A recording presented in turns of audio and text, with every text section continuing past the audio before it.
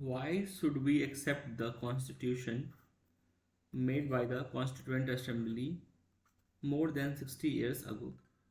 अब हमारे पास एक क्वेश्चन है, हम ऐसे कॉन्स्टिट्यूशन को क्यों एक्सेप्ट करें जो कि 60 साल पहले बनाया गया था. So now let us understand this question and let us move to the next part. So the key concept.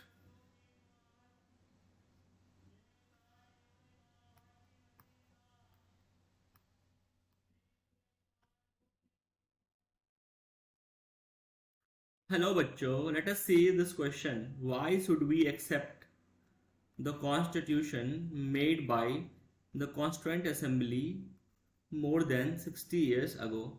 तो according to our question कि हमारा जो संविधान है वो कॉन्स्टिट्यूएंट असेंबली द्वारा 60 साल पहले बनाया गया था.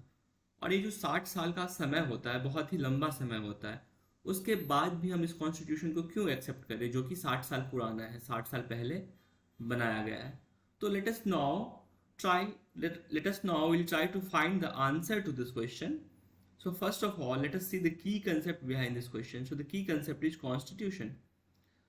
First point, Constituent Assembly, a galaxy of Indians. The Constituent Assembly represents the people of India. तो कॉन्स्टिट्यूएंट असेंबली क्या करता है? पीपल ऑफ इंडिया को रिप्रेजेंट करता है. There were no universal adult franchise at that time, so it was elected mainly by the members of the existing provincial legislature. This ensures a fair geographical share of the members from all the regions of the country. तो हुआ क्या, जब constituent assembly बनाया गया था तो वहाँ पे जो जितने भी लोग थे वो पीपल ऑफ इंडिया, भारत के लोगों को ही रिप्रेजेंट करते थे. वो हमारे ही लोग थे, हमारे ही फोर फादर्स थे.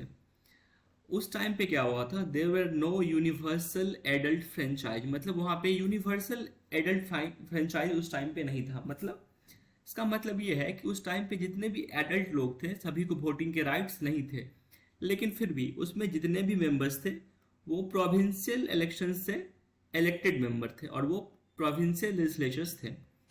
और इसी की वजह से यह इंश्योर करता है कि हमारे देश में जितने भी पार्ट्स हैं, जितने भी एरियाज हैं, सभी एरियाज के मेंबर्स उसमें उपस्थित थे, उसमें प्रेजेंट थे. और हम कह सकते हैं कि हमारा जो कॉन्स्टिट्यूएंट असेंबली है सभी रीजन्स के पीपल को रिप्रेजेंट करता था. The assembly was dominated by the members of Indian national Congress but with leaders having different opinions.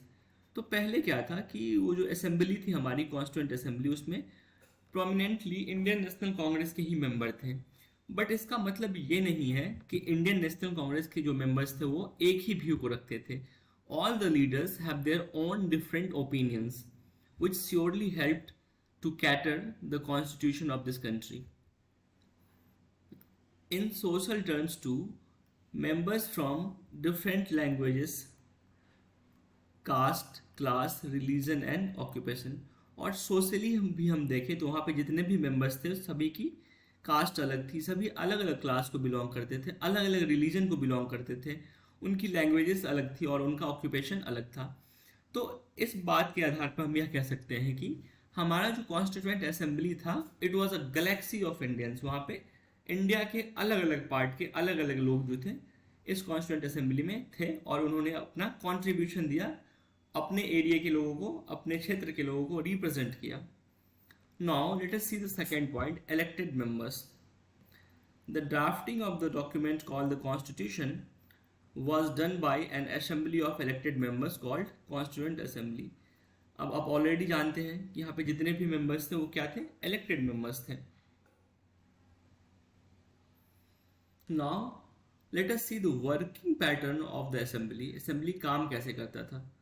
The constituent assembly worked in a systematic, open and consensual matter. तो हमारी जो संविधान सभा थी, कॉन्स्टिट्यूएंट असेंबली थी, वो एक सिस्टमैटिक, ओपन और कंसेंसुअल मैनर में काम करती थी. First, some of basic principle were decided and agreed upon. सबसे पहले क्या गया कुछ बेसिक प्रिंसिपल को डिसाइड किया गया और उस पर सभी लोग ने एग्री किया.